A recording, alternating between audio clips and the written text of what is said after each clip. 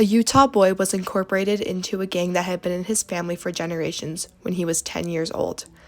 At 14 years of age in 2021, he participated in a drive-by shooting and was also shot. He was placed into a youth facility and is still in that facility today. In 2018, another Utah boy who suffered from various mental health disorders and schizophrenia stabbed 3 students when he was a junior in high school. Unlike the first boy, this boy came from a very good family. His parents are very loving, successful, and happily married. He was placed in a facility and is still in there today. According to a statistic from the Sentencing Project, in 2021, roughly 1 in 14 youth referred to juvenile court were committed to a placement facility, the juvenile system equivalent of imprisonment. In 2021, youth were charged 35,900 times for delinquency offenses. So, what causes youth crime?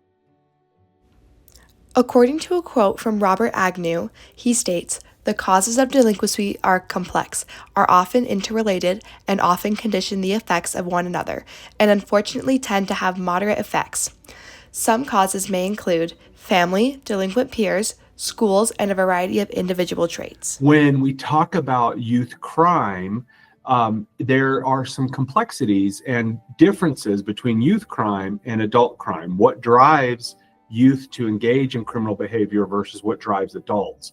First of all, the biggest thing we have to talk about is adolescent brain development. Adolescent brain development, the science shows us and helps us understand that young people, they're in those formative years from about 12 all the way up to even 25. But you think of like your teenage years, your junior high, your high school years. Our brains are going through the most important developmental phase of our lives. And while we're developing through that phase, the part of our brain that is developing is the frontal, kind of this frontal cortex part of our brain. That part of our brain is key to evaluating and making what we often call like executive decision making, which is not just kind of that fight or flight responses, but those responses that say, okay, what should I do in this situation? Let me weigh the consequences, okay? So that's why sometimes, and as young people are still developing that, there's things that they assess differently. So for example, is young people assess risk differently than adults. They don't see risk the same way.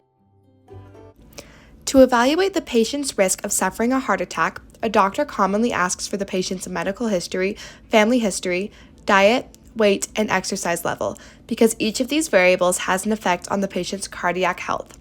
After this risk assessment, the doctor may suggest ways for the patient to reduce his or her risk factors.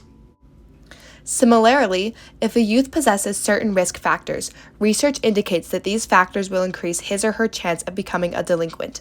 A risk assessment may aid in determining the type of intervention that will best suit the youth's needs and decrease his or her risk of offending.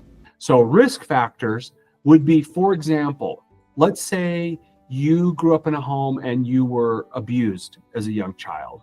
That's a risk factor. Let's say you dropped out of school. That's a risk factor. Let's say you are struggling with drugs and alcohol and substance use. That's a risk factor.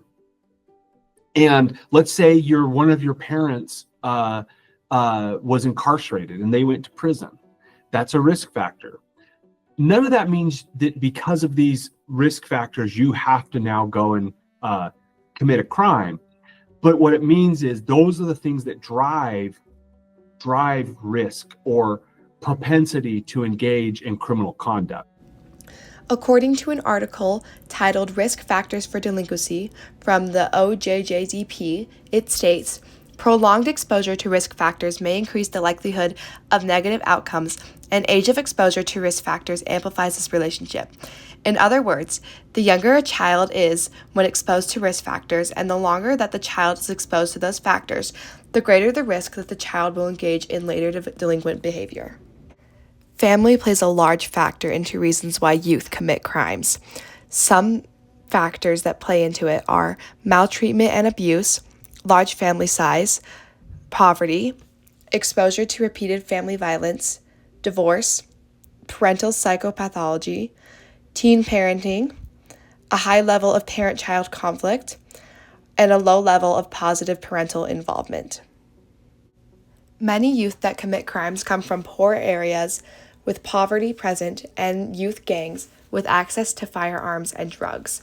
However, there are a number of youth that commit crimes that come from good homes and good neighborhoods, either because of mental health issues, like the young man we talked about in the beginning, or because youth want attention from their parents. In conclusion, there are many different reasons why youth choose to commit crimes. From family situations to peer pressure to mental health. We don't have all the answers as to why youth choose to commit crimes, but we do have solutions to prevent youth crime from happening in the future. What are those things that help young people avoid getting into trouble? Okay. And the awesome thing is it's all the things that many of you are doing day in and day out. School is a huge protective factor. Going to school is huge. That will help young people avoid getting involved in the juvenile justice system. Positive peer groups. It doesn't matter who your friends are, whether you're on a basketball team or you're in choir or theater or you like to play chess. It doesn't matter. Any positive peer group that way, that's a positive protective factor. Trusted adults. So a trusted school teacher, or counselor, your parents, obviously, huge protective factors. The community you live in. If the community has access to different resources, again, you have an after-school program, you have a basketball team you can go play on. All of those things are powerful protective factors to help you avoid crime.